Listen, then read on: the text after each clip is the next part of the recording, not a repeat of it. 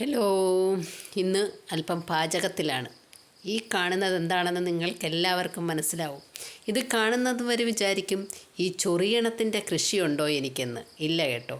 ഈ മഴയായപ്പോഴത്തേക്ക് പുരയുടെ മുഴുവൻ, അതായത് ഒരുപാടൊന്നുമില്ല, കുറച്ച് ഉള്ള വസ്തുവിൽ കുറച്ച് ഭാഗത്തൊക്കെ ഇങ്ങനെ നല്ല ചൊറിയണം കിളിച്ച് നിൽപ്പുണ്ട്.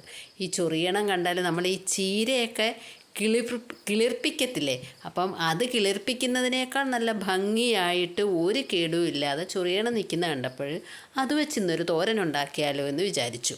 സാധാരണ എല്ലാവരും ഇത് ഈ ചൊറിയണം ഉപയോഗിച്ച് തോരൻ വെച്ച് ഞാൻ കണ്ടിട്ടുണ്ട്. എന്നാലും ഒന്ന് പരീക്ഷിക്കാമെന്ന് വിചാരിച്ച് അല്പം പറിച്ച് നല്ല വൃത്തിയായിട്ട് കഴുകിയെടുത്ത് നല്ല കുഞ്ഞാന്നത് അരിഞ്ഞെടുത്തതിന് ശേഷം സാധാരണ ചീരത്തോരൻ എങ്ങനെയാണോ വെക്കുന്നത് ആ രീതിയിൽ ഇതും തോരൻ വെക്കാമെന്ന് വിചാരിച്ചു.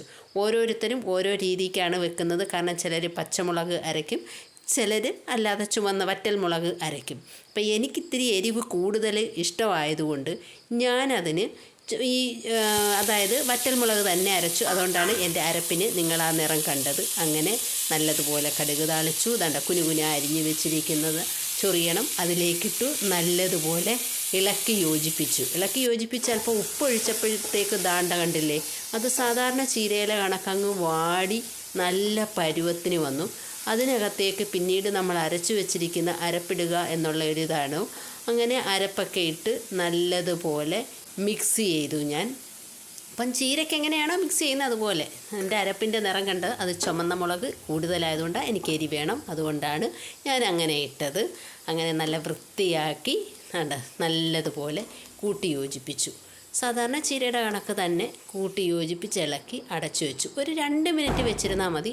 അതിനുശേഷം നമ്മളിത് തുറന്ന് നോക്കുമ്പോഴത്തേക്കും ഈ അരപ്പിൻ്റെ മണമെല്ലാം മാറിക്കിട്ടി.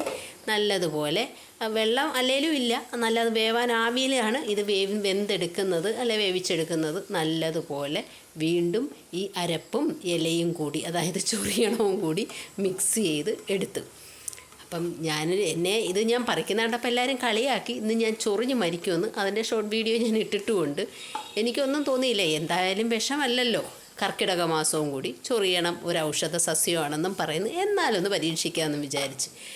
മരിക്കുന്നെങ്കിൽ അങ്ങ് മരിക്കട്ടെ അല്ലേ.